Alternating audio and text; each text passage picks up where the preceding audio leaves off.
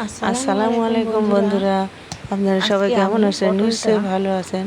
আমি আল্লাহর অশেষ রহমতে ভালো আছি। আজকে পটল ডিমা ডিমা করে কেটে নিয়েছি এবং মুরগির মাংস ছোট ছোট করে রান্না করে নিয়েছি। আর এখন পটল আর আলু, ছোট ছোট আলু, তাই আমি মধ্যে দিয়ে 2 টুকরা করেছি। এর খোসা ছাড়াই নিই, খোসা না ছাড়িয়ে। এখন পটল আর আলু লবণ আর হলুদ দিয়ে শুধু ভেজে নিচ্ছি। আলু ছোট ছোট, সেজন্য আমি ছিলাইনি। তবে এরকম ছোট আলু আস্তে না লোহিতে খেলে ভাজতে ভালো হবে। লাগে।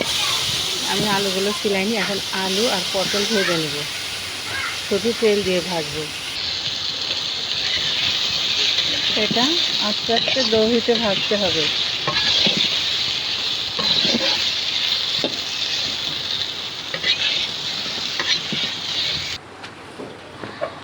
দেখুন আমার ভাজাটা হয়ে গেছে। আমি আলুটা ভেজে নিয়েছি, পটলটাও ভেজে নিচ্ছি।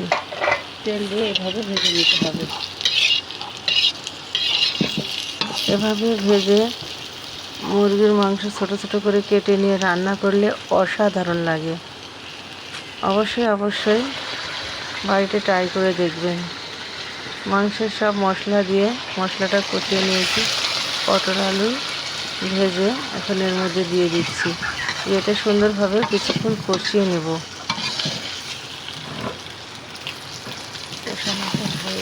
আমার কষানোটা প্রায় শেষের দিকে। আমার ভিডিওটা ভালো লাগলে অবশ্যই লাইক, কমেন্ট, শেয়ার এবং সাবস্ক্রাইব করবেন। পরিমাণ মতো ঝোল দিয়ে দিচ্ছি।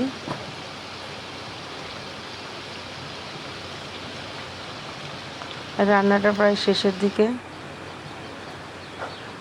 আল্লাহ হাফেজ।